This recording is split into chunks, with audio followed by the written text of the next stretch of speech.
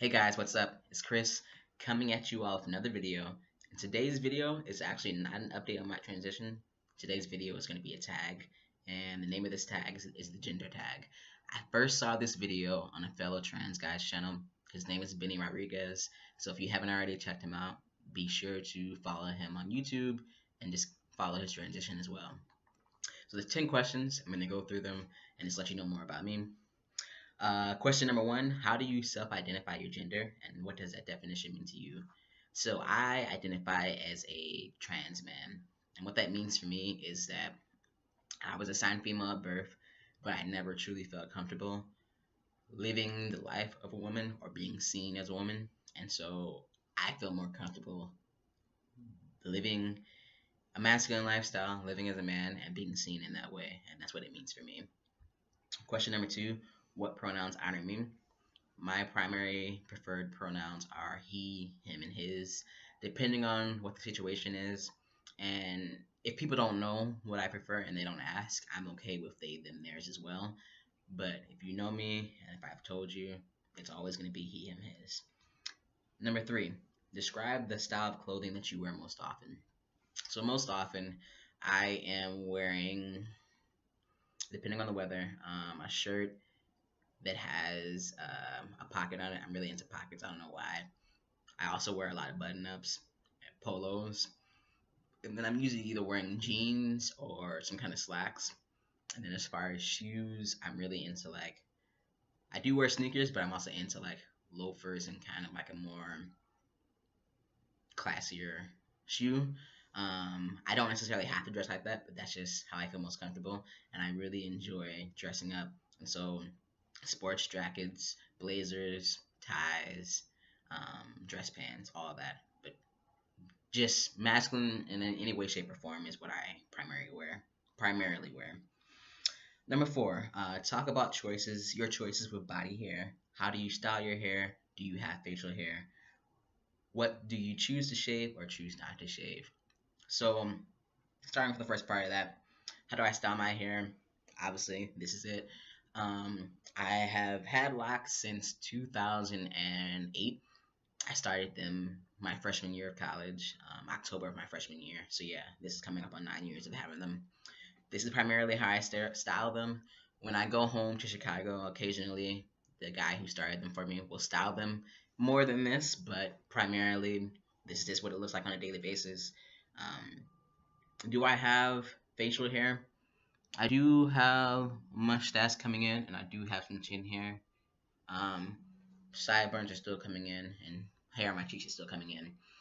Now, it depends about whether or not I shave it. So, the last time I shaved was about a month and a half ago, and it's because I had an interview, and this is not linked yet right here. So, my girlfriend and I talked about it, and she was like, I think you should shave it for your interview. So, I shaved it. But most often, I'm just gonna let it do its thing. I let my girlfriend line up my mustache once, but other than that, I've kind of just let it go and do its thing. What do I choose to shave or choose not to shave? So I already talked about my face. I don't shave my arms. I don't really shave my underarms. If it's getting really long, I might trim it some, but I don't shave it there. Downstairs, it depends. I might trim it some, but I don't shave that bare either.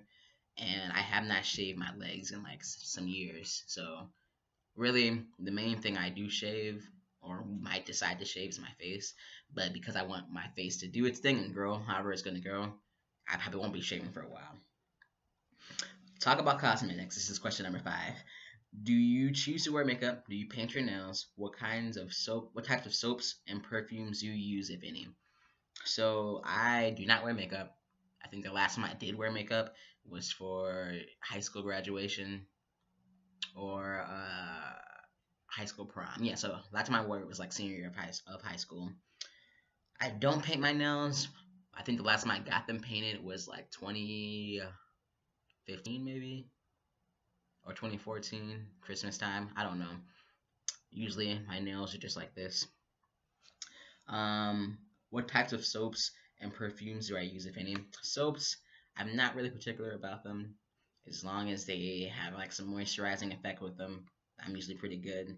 I don't wear perfume, but my girlfriend actually works at Macy's in the men's fragrance department, so she gets me a whole bunch of stuff. And I know I wear Polo, Armani Code. What else?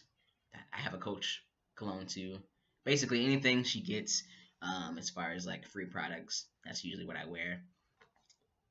Um, how have I experienced being misgendered? If so, how often? Honestly, I get misgendered pretty much on a daily basis. My voice is definitely deeper, but I think the fact that I still have long hair and the fact that I still am kind of curvy and always have been makes it very easy for me to be misgendered. Um, I do not have any plans to cut my hair because I don't think that you have to have short hair to be a man, even though a lot of trans guys do end up cutting their hair, if it is longer. I don't get misgendered as much. Like if I'm purely talking to someone over the phone, or at a drive-through, usually I get called sir. There was one instance a couple of weeks ago where I was in the back of a Lyft, and the driver saw my name, my birth name on the Lyft app. But when I got in the car, he said, "Good evening, sir." So that's probably the first time I think I actually got gendered correctly. But most often, I get misgendered on a daily basis.